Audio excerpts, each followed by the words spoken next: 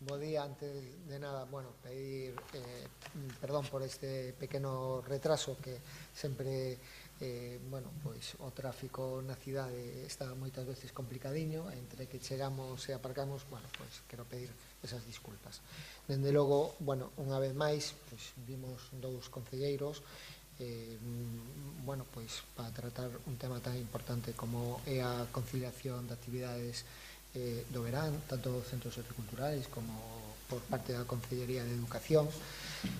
Somos conscientes de que sempre hai que mellorar, pero bueno, o importante é que melloramos en coordinación, que eso sea importante entre todas as concellerías, non?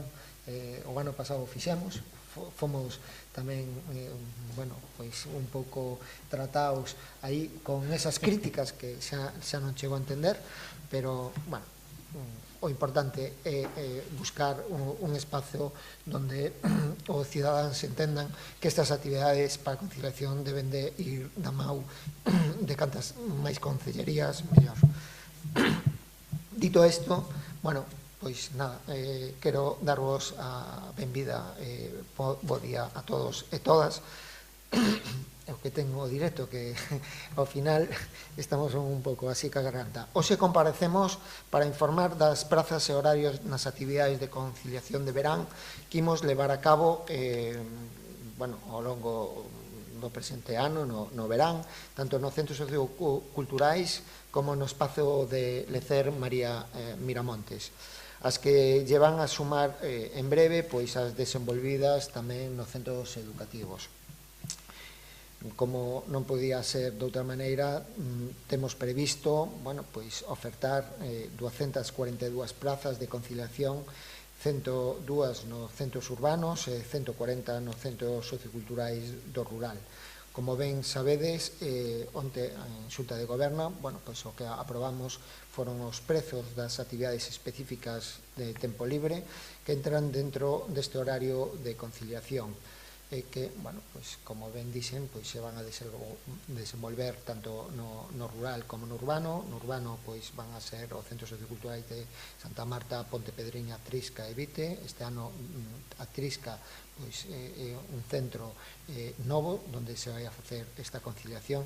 Non quere dicir que a posterior non vayamos a facer máis actividades, porque se está traballando, como todos os anos, pois para incrementar esa conciliación con outras actividades ao longo do verán.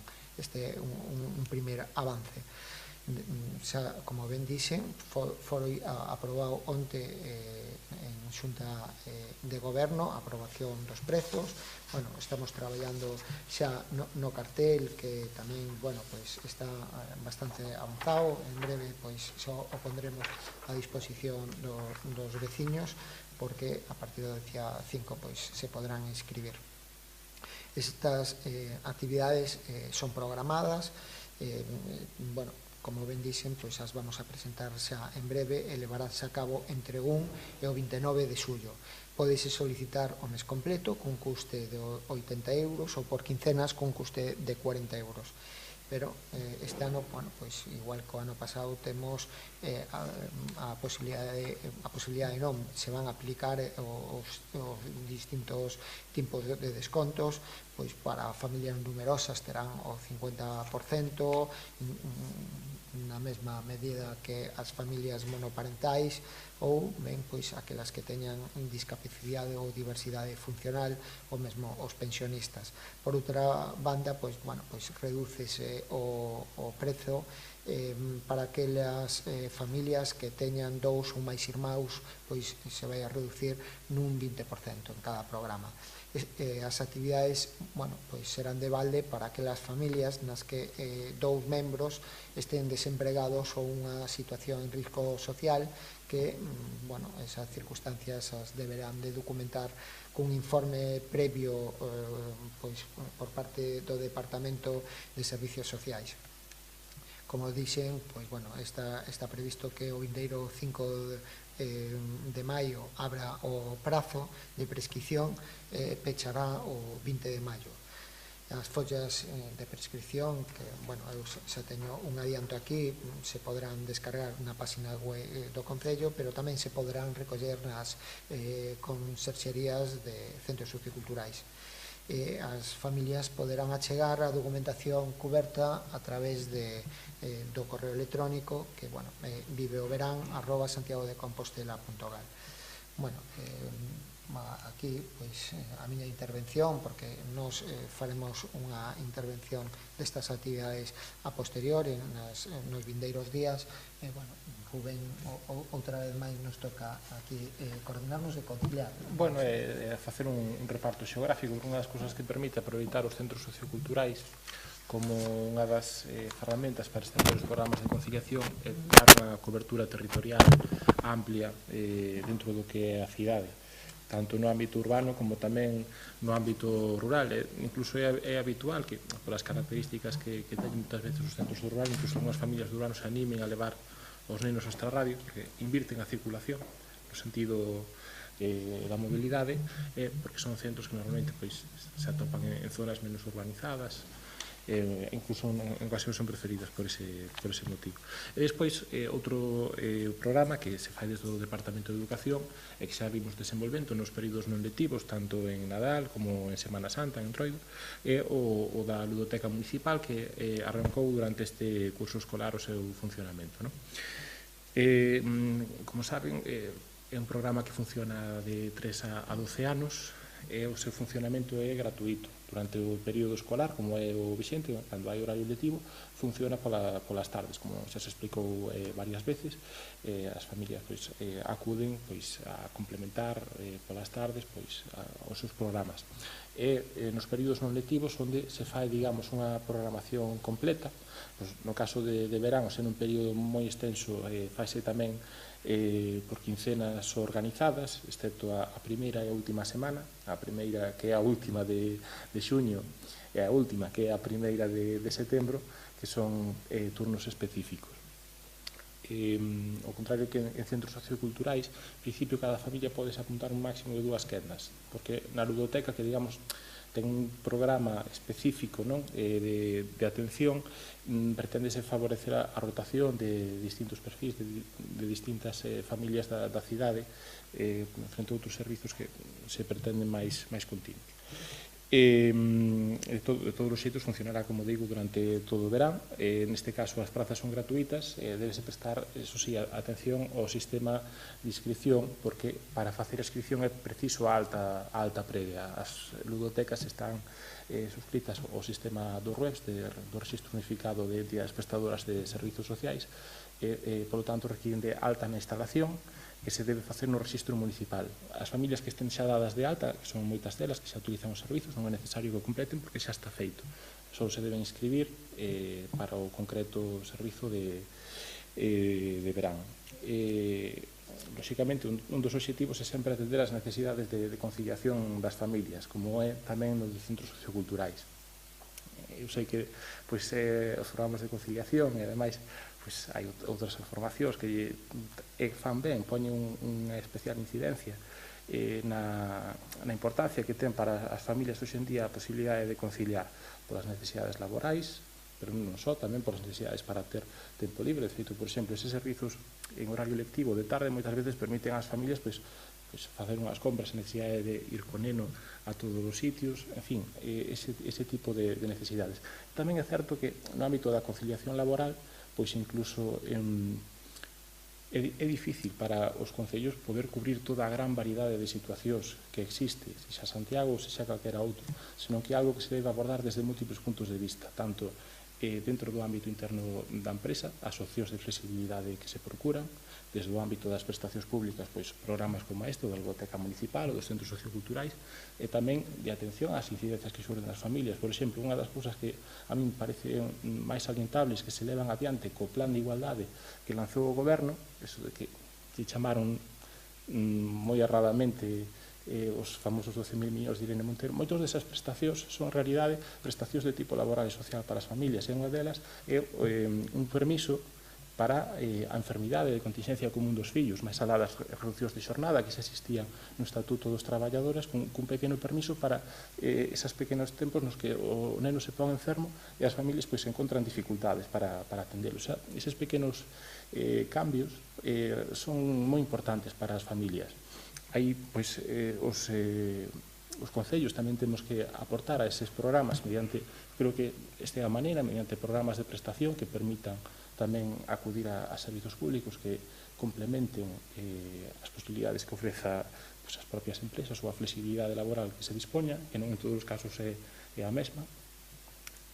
Por suposto, que estes programas, pois, na medida do posible, non só proporcionen un servizo aos pais, senón, sobre todo, que sexan entretidos para os nenos, que sexan algo diferencial ou que a experiencia lectiva no colexio teña unha vertente lúdica, que teñan unha programación deseñada. Eu creo que humildemente, algo que destes centros socioculturais que ten unha amplia rede de centros onde hai un programador sociocultural en cada un, en educación a través especificamente, por exemplo, a biblioteca municipal como servizo permanente, é algo que se consigue bastante ben.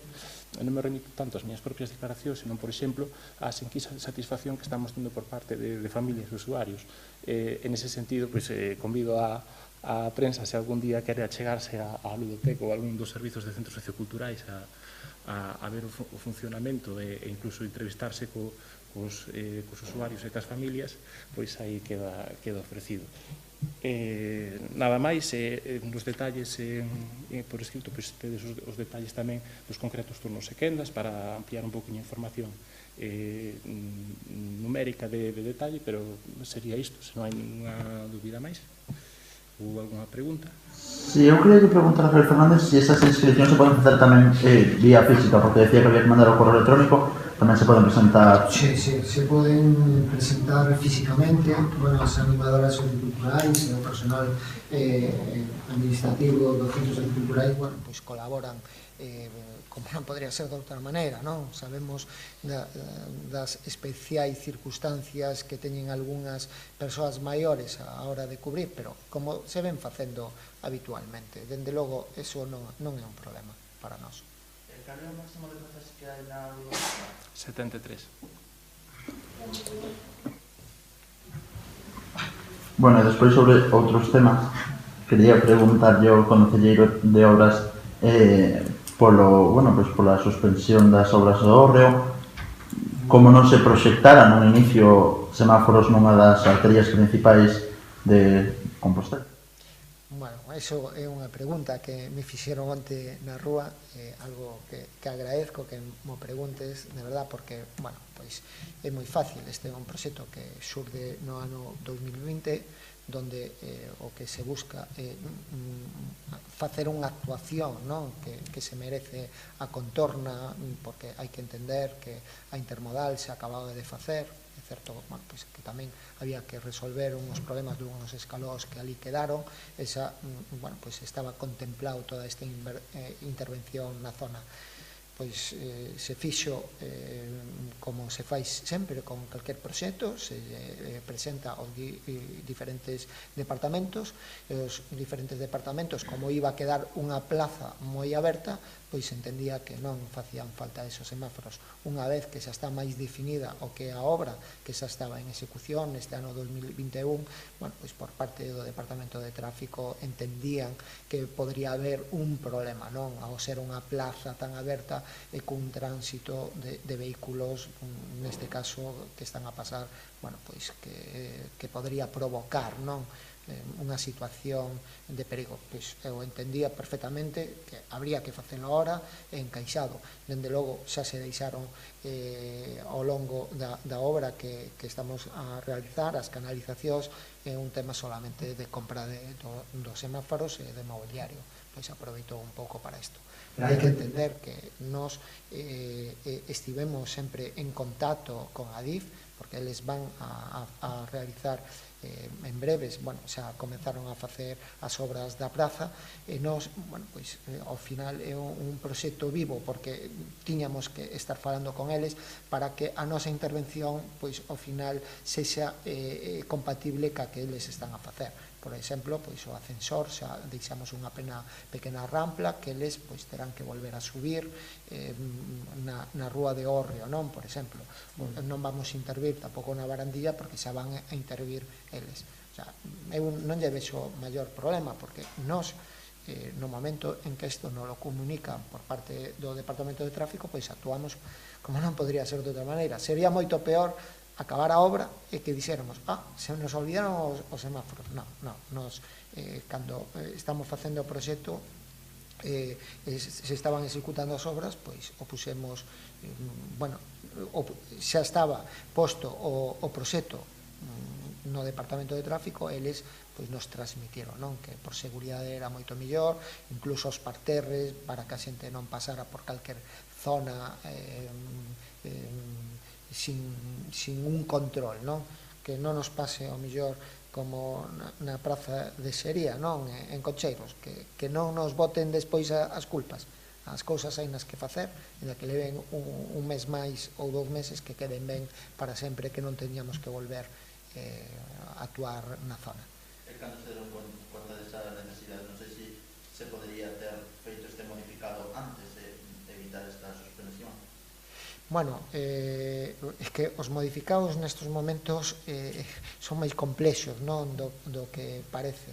O digo porque, por exemplo, nos ocorreu en Triacastela, cando empezamos a tramitar o modificado, pois xa había un preacordo ca empresa para facer ese modificado, pero ao final pois desistiu dese modificado por parte da empresa. Neste caso xa tiñamos a autorización dende o ano pasado para facer esta actuación, pero é certo que require despois de que a empresa este conforme, non, a hora de levar a cabo. Ahora mismo pois hai un preacordo que mentres non te asinado se podrían volver atrás, co cual o tería que volver a facer a administración como o fixo en outras obras, pero, facer un proxecto e unha obra en menos de ano e medio, eu creo que ser dilixente por parte da administración, por non recordar outras obras que estiveron aí atrancadas moitos anos, como poden ser os muros de Fontiñas e que nos resolvemos, ou como pode ser o muro que acabou no ano 2019, pero que nos vamos, o muro do Pombal, que o vamos a deixar solucionado, ou o muro de Costiña do Cristo, que tamén foi no 2019, e está rematada a obra. Eu creo que achacarlle ao Departamento de Obras ou este goberno pasividade ou que algunhas descalificacións que moitas veces escoito por aí, pois creo que non proceden. Creo que temos un moi bo Departamento de Obras no Concello de Santiago. Este ano, dentro da memoria que se presentará, foron máis de 30 obras que se fixeron este ano, e no ano 2020, pois máis de 23 obras que se fixeron ao longo do ano. Creo que ten que ser moi garantista a administración, e somos garantistas, e que ao final estamos cumplindo o que nos din os nosos técnicos e os departamentos. Cando se vai a rematar esa obra, facía referencia do Pombal? Bueno, a intención é rematala, sei que van a pedir, se está tramitando esa ampliación de prazo, porque como ben sabedes, apareceu unha mina, hubo que tomar medidas excepcionais, e hubo días de chuvias onde non se pudo actuar. Nos temos previsto que antes de que empece o brao este totalmente rematada. Podemos falar finales de maio, principios de xuño que este rematada. Dende logo, solamente pasar por aí os veciños ven que vai moi avanzada, pero, como digo, é un dereito que ten a empresa, que está autorizada pola Dirección Facultativa, que ha asinado o Concello, e que autoriza isto. De canto tempo esa prórroga? Pois eu creo que aproximadamente sobre 42 días. É un tema que, ao final, quen decide é a Dirección Facultativa. Neste caso tamén, si se autoriza por parte do responsable municipal, contratación e asesoría. O sea, unha cousa é o que pide a empresa e outra cousa despois é o que se autoriza. Pero, é algo que é evidente, que estuvo nos medios de comunicación e que, efectivamente, apareceu a mina, pois hubo que retrasar esos traballos. Non era romana, verdad, Javier? Eso o deixamos aí para o debate dos historiadores, que é o que son os encargados de estudiar todo. Son os que saben. Son os que saben, sí. Outro tema, outra obra que tamén está paralizada, que é a falda do Sarela, a vía que recorre esa falda do Sarela por detrás do Pedroso. Non sei se xa se pode empezar, se xa hai luz verde de Obras de Galicia ou... Bueno, esa é unha obra que leva o compañeiro de medio rural. Eu casi prefiro que dé as explicacións sobre esa obra, porque, como comprenderás, son competencias que ten un compañeiro, son unhas obras que fai el, non serei eu quen diga non como vai esa obra. Dende logo, que as obras que estamos a facer na contorna urbana nestes momentos son unhas cantas. Era para seguir falando de coordinación entre departamentos. En todo caso, gustaría preguntarle a Rubén Prol. Nos últimos días falouse aquí por parte de outros grupos que nesas reunións da Axenda 2030 estabas abordando tamén o tema das cociñas, nos comedores, algo que se desbotara nunha orixe, que xa estaban a punto de sair eses pregos para o novo contrato, que se iba a recurrir ao sistema de catering. Non sei se eso que se está a falar nesas reunións da Axenda 2030 ven a contradecir a acción que se está levando desde o seu departamento. Sobre iso houve unha reunión que calificaba como era levan a María Cadaval, os responsables da universidade que acordaban como un brainstorming no que se falou de varias cousas, entre elas efectivamente de comedores escolares, da implicación nas hortas. Efectivamente, decíame a compañeira Goretti que Rubén, non dis nada, estaba nesa reunión, estaban eles falando e tal. Xa vin que o estaban levando pola vía de claro, que o Concello, en realidade, eu o que estaba vendo é que en moitas cousas que estaban dicindo nesa reunión son en temas nos que está traballando o departamento, porque, por exemplo, nesa reunión falouse de Dieta Atlántica. Dieta Atlántica é unha liña de traballo nos comedores escolares. Falouse de implicación nas hortas que teñen os colexios, como unha forma de, precisamente, de chegar á produción, métodos de ecoloxía. Varios dos colexios de Santiago teñen, nese sentido, hai que entender aí que tamén é unha parte de coordinación pedagóxica do propio centro, pero está aí o Concello apoiando na realización de hortas urbanas, na súa promoción e na súa integración nos programas pedagóxicos. Por exemplo, fíxose hai nada unha no López Ferreiro, precisamente para darlle tamén, que é un centro que ten, digamos, moi pouco terreo hábil exterior, porque está encaixado no que é a malla urbana, precisamente para que pudera, e xa están crecendo as leitugas, que pudera ter unha experiencia de horticultura escolar como teñen outros centros, que tamén se promoveron durante esta legislatura. Por exemplo, o de Roxos, que tamén ten un invernadoiro, estánse desenvolvendo tamén en colaboración con parques e xardís, os do Xixirei, os do Lamas da Abade, en colaboración, precisamente, entre esa relación que se pode establecer entre o traballo de horta e os comedores que se falou nesa reunión, por poñer un exemplo, ou da Dieta Atlántica. Outra cousa é o tema das cociñas, que, claro, iso é fácil de decir, pero difícil de implementar, porque se precisamente a última cociña que se fixo en Santiago é precisamente un modelo que xa se pode ver, é, por exemplo, a que ten o López Ferreiro, que é verdad que é gestionada pola AMPA, pero esa cociña fixose con a subvención da Xunta, falo de memoria, podeme equivocar, pero creo que foi no ano 2010-11, por aí. Todos coñecemos o que é un modelo de cociña integrada no centro. Hai tamén experiencias estupendas, por exemplo, na cociña integrada que ten formación profesional para os Lamas da Abade, que ainda así non dá para cubrir todos os tramos de toda a cobertura total de alumnos que debe atender, e unha parte faise por catering, por parte da AMPA. E no caso do Concello, para atender a 9 centros en comedores e 10 madrugadores, iso faise cunha cociña central de forma necesaria. Se fose nun centro ou fose unha cociña como é agora próxima na cidade. Iso é o modelo necesario. E o outro, preténdese que o Concello desenvolva todos os programas educativos, que, no fondo, educación é unha competencia exclusiva da Consellería no ámbito en primaria. Claro, aí está o tema.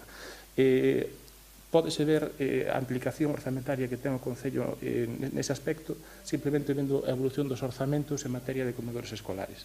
Non é unha negativa, unha falta de vontade, senón precisamente en profundizar nun modelo que a súa parte esencial non deixa de ser a prestación do servizo complementario educativo aos alumnos. É dicir, o núcleo dese servizo, a parte fundamental é a prestación directa que se lle dá aos usuarios. E iso faise por parte do persoal que se ten en cada un dos centros nos que se presta o servizo. Esa é realmente a parte fundamental, sen prexuízo de ter unha comida de calidade, de buscar que sexa unha dieta integrada. Pois se falaba, por exemplo, da experiencia de dieta atlántica, que é unha materia na que traballa o departamento.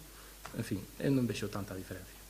Outra cousa é despois se queremos vender o tema da cociña en cada colexio, como queremos vender en cada barrio 50 obras que non están en orzamentos, pero, claro, unha cousa é falar e outra cousa é implementar modelos. Eso é claro. E tomar decisións. Non sei se tedes alguna pregunta máis. Non hai ninguna máis. Bueno, pois agradecer de verdad aos medios de comunicación que aquí estades presentes e a todos os que nos van a escoitar, que dará para moito. Moitas gracias.